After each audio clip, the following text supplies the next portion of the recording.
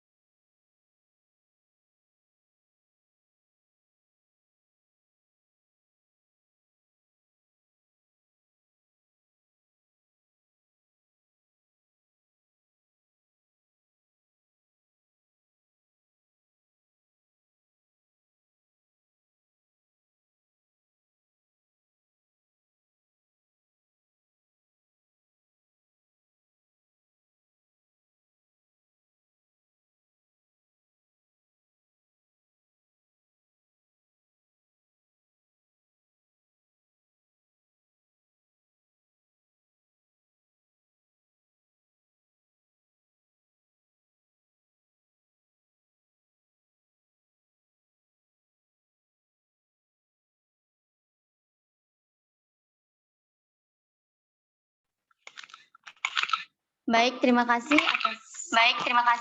pada saudara kami Suari selaku MC. Selamat siang.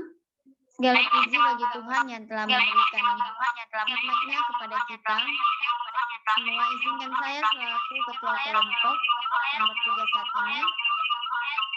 Sebelumnya saya mengucapkan terima kasih kepada seluruh peserta sosialisasi berkesempatan hadir dalam room diskusi hari ini. Tidak lupa juga saya mengucapkan terima kasih kepada pihak lain yang telah menyempatkan waktunya untuk memenuhi undangan kami.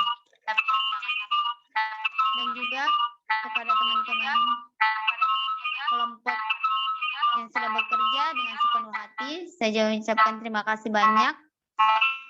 Kita bisa menghargai kelebihan dan kekurangan dari kegiatan ini. Dan semoga apabila yang tidak berkenan mohon dimaafkan. Oleh karena itu kita akan mendengarkan bersama-sama presentasi mengenai tema hari ini, yaitu pendidikan keluarga dan parenting. Adapun 3 materi yang akan dibawakan. Yang pertama yaitu pemateri Saudari Jusni, yang kedua pemateri Saudari Ani, Dini dan Andre. Saya kembalikan kepada MC.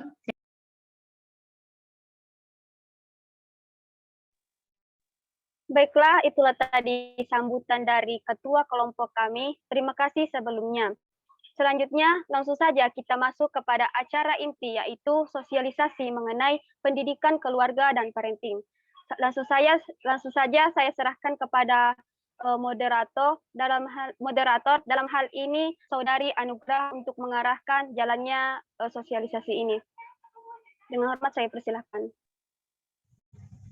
Baik, terima kasih kepada MC. Sebelumnya perkenalkan, nama saya Anugrah. Di sini saya sebagai moderator akan memandu jalannya diskusi pada penyuluhan kali ini.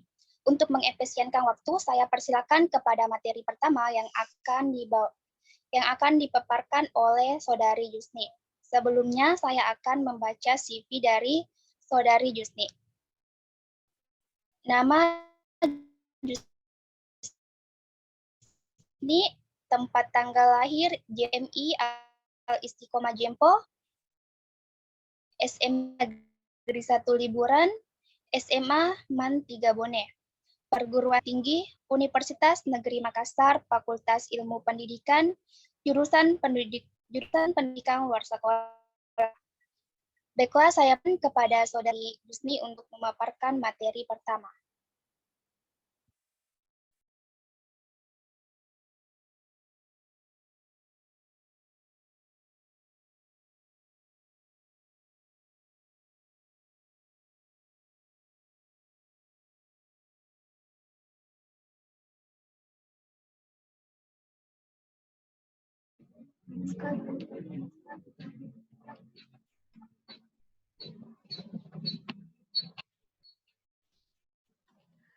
Baik, terima kasih atas kesempatan yang diberikan kepada saya. Langsung saja untuk mempersingkat waktu, saya akan membacakan materi pertama mengenai gangguan selektif mustim pada anak. Jadi, selektif mustim adalah gangguan yang berkomunikasi yang biasanya dijumpai pada anak yang memilih tidak berbicara pada situasi atau orang tertentu. Meskipun ia mampu, misalnya anak tidak mau berbicara di sekolah, padahal jika di rumah atau bersama temannya, ia banyak bicara. Adapun tanda-tanda anak yang mengidap mutisme selektif, yaitu yang pertama, selalu gagal berbicara pada situasi tertentu. Pada situasi tertentu, anak akan cenderung lebih diam atau malah diam sama sekali. Misalnya di depan umum atau di depan kelas. Yang kedua, sangat sensitif terhadap beberapa rangsangan. Beberapa anak dengan selektif mustim juga diketahui sangat sensitif terhadap suara, cahaya, sentuhan, rasa, dan bau. Ada sebanyak 20-30% penderita mutisme selektif yang memiliki gangguan bahasa atau berbicara. Yang ketiga, cemas.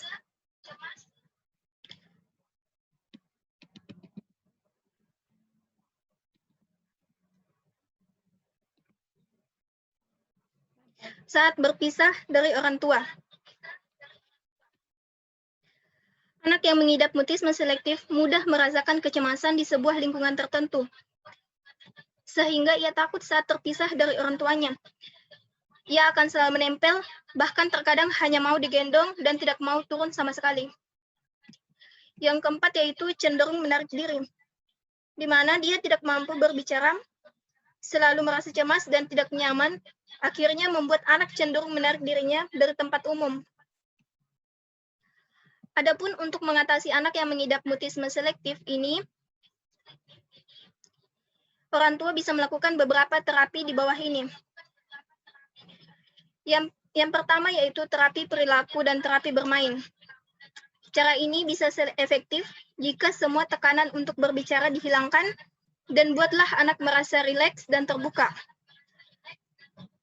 Jangan pernah mengancam anak selektif mustim, karena akan memperberat masalahnya. Kemudian yang kedua yaitu obat-obatan. Pengobatan yang diberikan biasanya untuk mengatasi gangguan kecemasan. Saat kecemasannya berkurang, bisa dikombinasikan dengan terapi perilaku. Namun, untuk memberikan obat-obatan tertentu, orang tua perlu berkonsultasi langsung dengan dokter. Yang ketiga yaitu menambah kepercayaan diri. Yang terpenting, orang tua harus memberikan penilaian positif pada anak. Misalnya, jika anak suka kesenian, berikan dukungan sepenuhnya. Buatlah hari spesial untuk menunjukkan bahwa ia seorang Mr. Peace, sering-seringlah mengajak anak ke lingkungan di luar rumah, dan perkenalkan lingkungan secara perlahan agar ia semakin merasa nyaman dengan lingkungan sekitarnya. Baik, mungkin itu saja. Saya kembalikan kepada moderator. Baik, terima kasih Saudara Husni.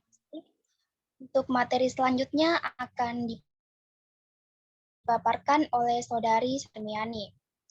Sebelumnya saya akan membaca CV Saudari Sarmiani. Nama Sarmiani, tempat tanggal lahir Lembana 6 Juni 2002, riwayat pendidikan TK Pandrita Lopi Bulukumba, SD Negeri 321, SMP 33 Bulukumba, SMA 16 Bulukumba. Moto hidup, lakukan apapun selagi tidak menyusahkan orang lain. Saya persilakan kepada Saudari Sarmiani untuk memaparkan materi kedua. Baik, terima kasih kepada moderator atas kesempatan yang telah diberikan. Di sini saya akan membawakan materi yaitu hypnoparenting. Sebelumnya, hypnoparenting ini adalah metode pengasuhan anak dengan menerapkan teknik hipnotis di dalamnya. Nah, dengan kata lain, orang tua memberikan sugesti kepada anak. Sugesti kepada anak agar dia melakukan hal-hal yang positif. Tapi hipnosis yang digunakan di sini itu bukan seperti yang sering kita nonton di TV atau di program TV.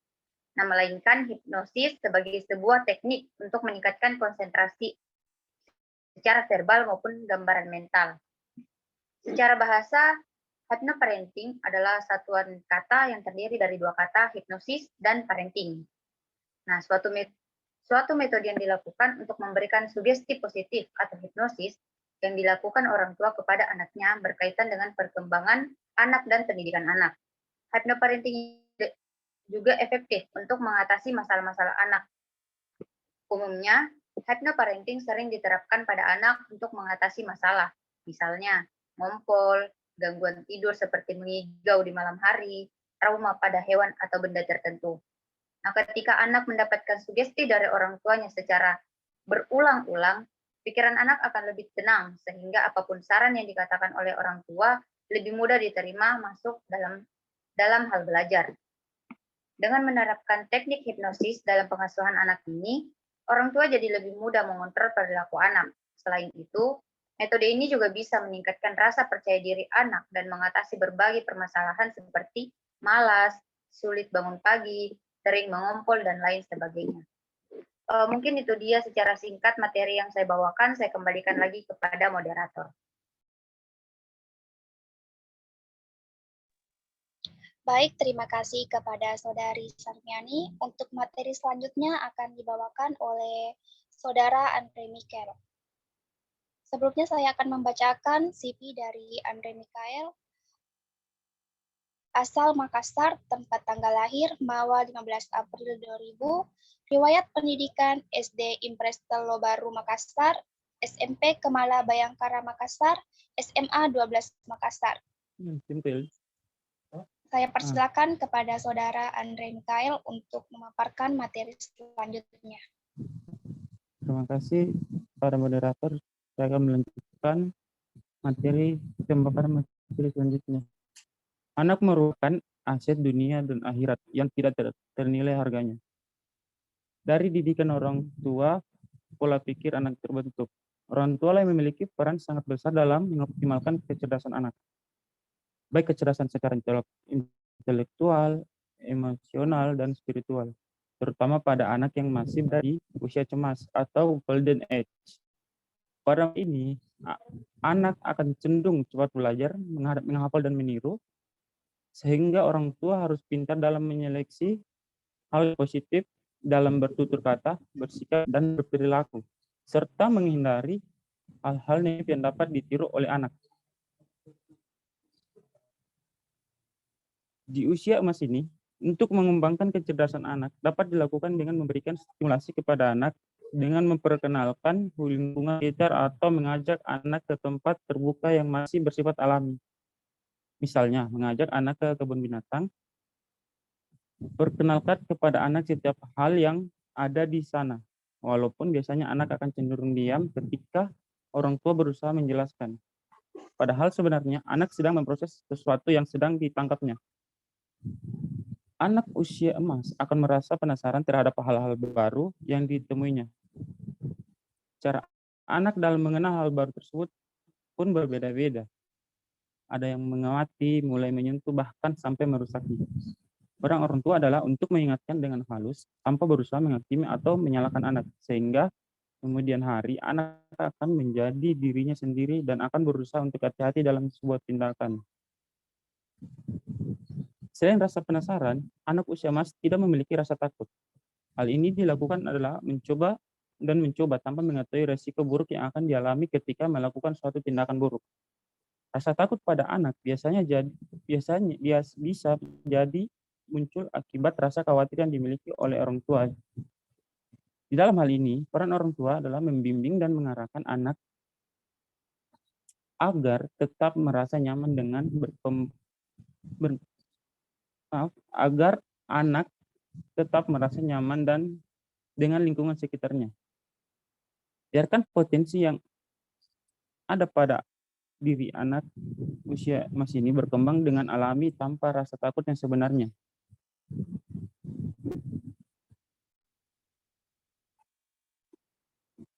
Sekian dari saya. Saya lanjutkan, saya kembalikan ke moderator.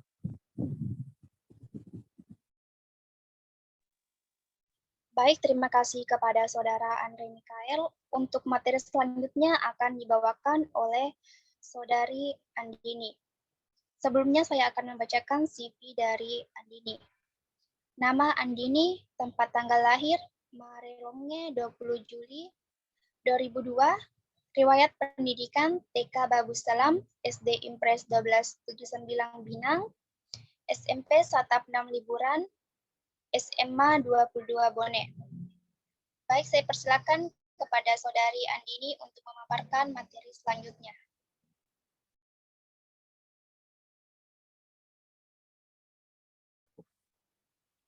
Terima kasih moderator atas kesempatan yang diberikan kepada saya.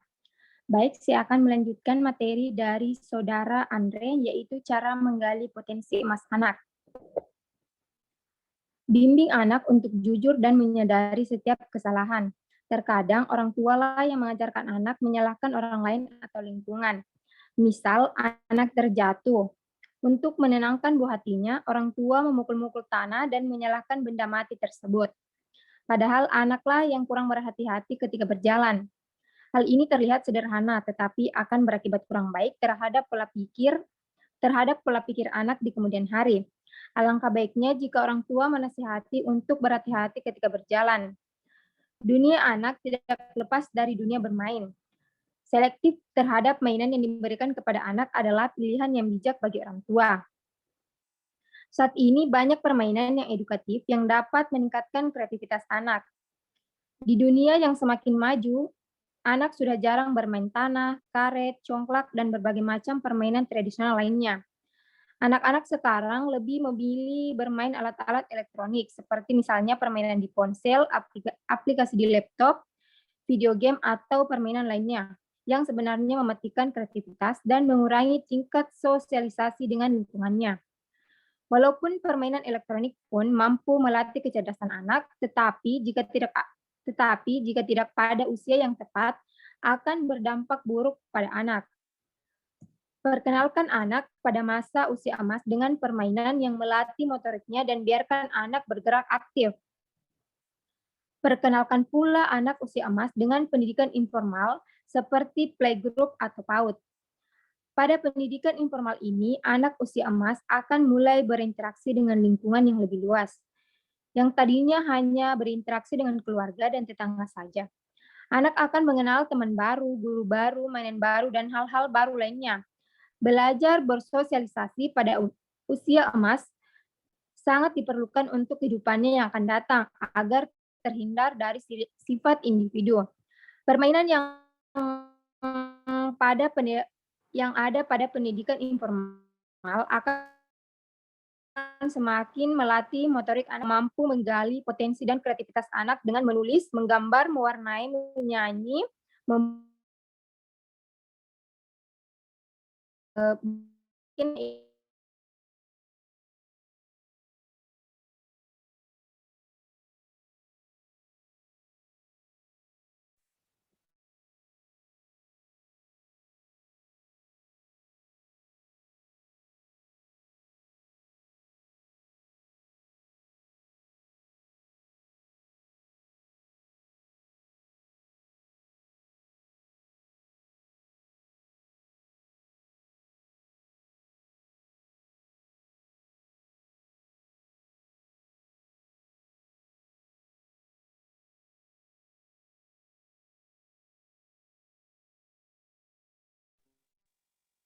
Baik, terima kasih kepada Saudari Andini.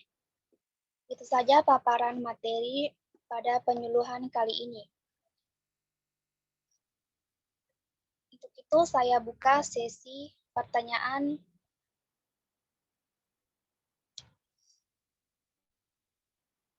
kepada partisipan yang ingin bertanya. Saya persilahkan.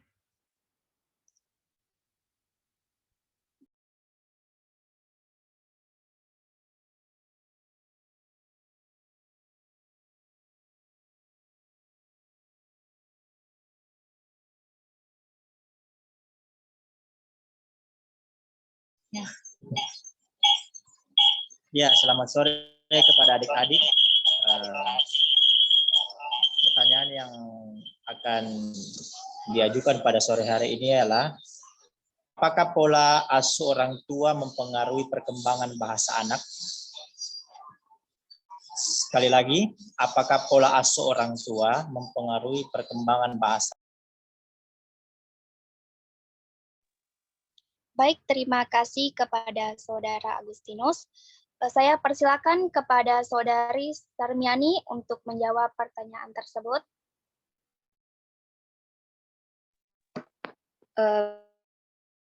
Partisipan yang telah bertanya, seperti yang kita ketahui, pola asuh itu merupakan faktor yang dapat mempengaruhi perkembangan bahasa pada anak. Nah, hal ini dikarenakan masalah komunikasi dan interaksi antara anak dengan orang tua itu tanpa disadari memiliki peran yang sangat penting. Antara anak memiliki kemampuan yang tinggi dalam segi bahasa. Sama halnya jika kita berinteraksi dengan sebaya kita, dengan masing-masing orang tua berinteraksi, maka anak ini akan memperhatikan bagaimana orang tua saya berbicara, orang tua saya dengan orang lain. Mungkin itu.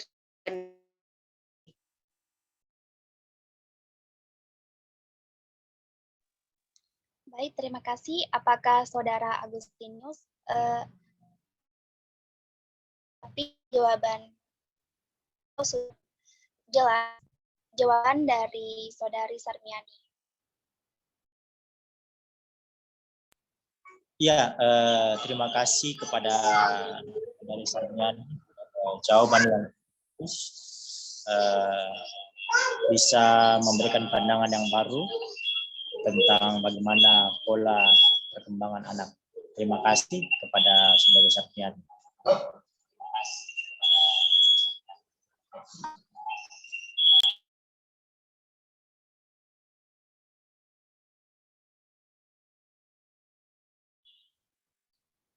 Baiklah, mungkin itu saja pemaparan materi dan sesi tanya-jawab pada penyuluhan kali ini. Saya akan membacakan kesimpulan yang bisa saya dapat dari hasil penyuluhan kali ini. Selective Muslim adalah gangguan berkomunikasi yang biasanya dijumpai pada anak yang memilih tidak berbicara pada situasi atau orang tertentu meskipun ia mampu. Gejala anak yang mengidap mutisme selektif ini yaitu selalu gagal berbicara pada situasi tertentu, cemas saat berpisah dengan orang tuanya, dan sangat sensitif terhadap beberapa rangsangan. Untuk mengatasi selective parenting ini bisa dilakukan dengan metode hipoparenting. Dengan metode ini diharapkan orang tua dapat menerapkan teknik agar anak dapat melakukan hal-hal positif. Hipoparenting ini juga efektif untuk mengatasi masalah-masalah anak mama. Umumnya hipoparenting sering diterapkan pada anak untuk mengatasi masalah misalnya ngompol, gangguan tidur seperti menginggau di malam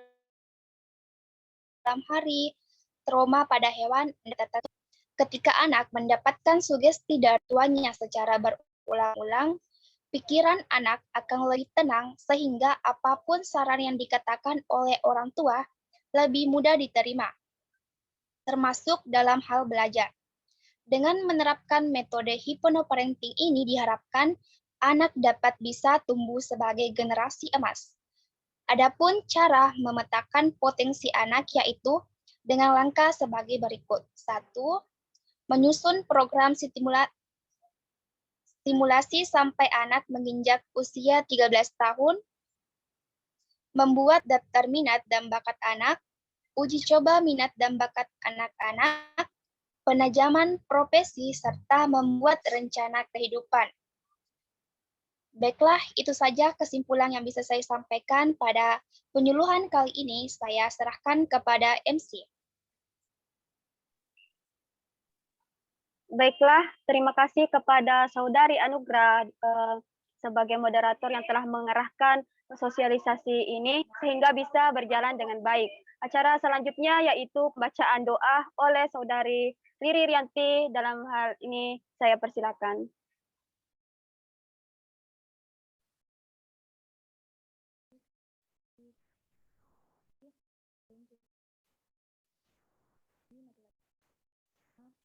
Doa semoga ini bernilai pahala di sisi Allah.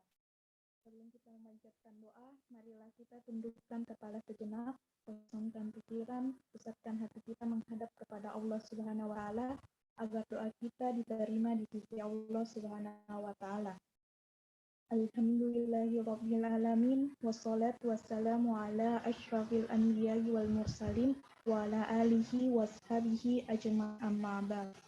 Ya Allah, Tuhan yang Maha Penyayang, hanya rahmat dan kasih sayang-Mu lah sehingga segala aktivitas kami dalam acara ini berjalan dengan lancar walaupun menguras waktu, tenaga, dan pikiran. Dan hari ini, ya Allah, kami berkumpul di tempat ini memanjatkan puji syukur kepadamu sekaligus menutup kegiatan penyuluhan kami. Ya Allah, berkahilah segala aktivitas kami selama dalam mengikuti rangkaian acara kami dan jadikanlah sebagai amal ibadah di sisi-Mu. Untuk itu ya Allah, tetapkanlah rahmat dan kasih sayang-Mu kepada kami dan jadikanlah pertemuan ini sebagai pertemuan yang Engkau ridhoi. Ya Allah, mudahkanlah segala urusan kami karena tidak ada yang mudah kecuali Engkau jadikan mudah. Ya Allah, kami berlindung kepadamu dari keraguan-raguan hati dan duka cita, dan kami berlindung kepadamu dari satu yang. Ya Allah, curahkanlah kesabaran atas kami, teguhkanlah pendirian kami terhadap cobaan dan kebenaran.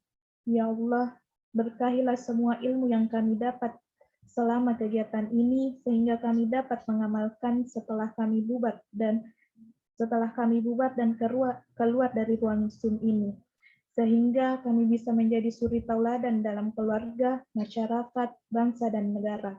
Amin ya rabbal alamin. Rabbana atina fid dunya hasanah wa fil akhirati hasanah wa qina azabannar. Subhana rabbika rabbil izzati amma yasifun wa salamun alal mursalin walhamdulillahi rabbil alamin. Saya kembalikan kepada MC.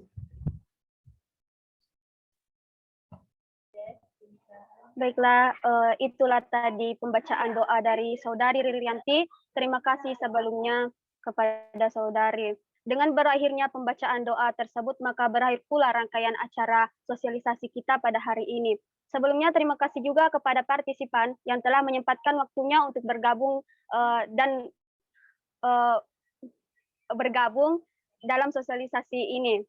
Terima kasih sebelumnya dan mohon maaf pula apabila terdapat kesalahan dalam sosialisasi ini. Sebelumnya sebelum kita tutup mungkin bisa melakukan sesi dokumentasi Saudari Yusni.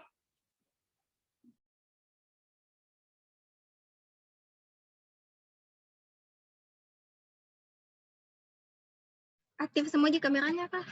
Oh ya, aktif. Bisa mungkin menghitung Saudari Yusni.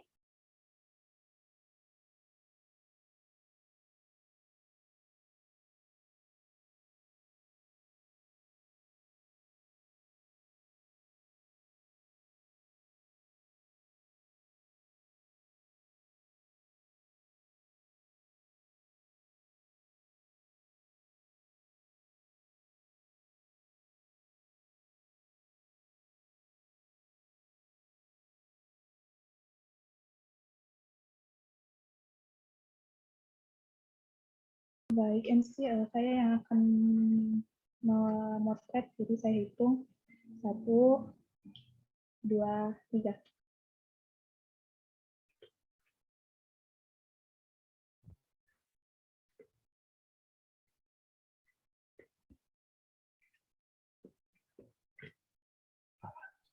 Selesai nih? Iya. Oke. Baiklah, sebelumnya terima kasih sekali lagi kepada partisipan yang telah menyempatkan waktunya untuk bergabung bersama kami. Mohon maaf apabila terdapat kesalahan. Saya akhiri. Wassalamualaikum warahmatullahi wabarakatuh. Waalaikumsalam warahmatullahi Waalaikumsalam wabarakatuh. warahmatullahi wabarakatuh. Wabarakatuh.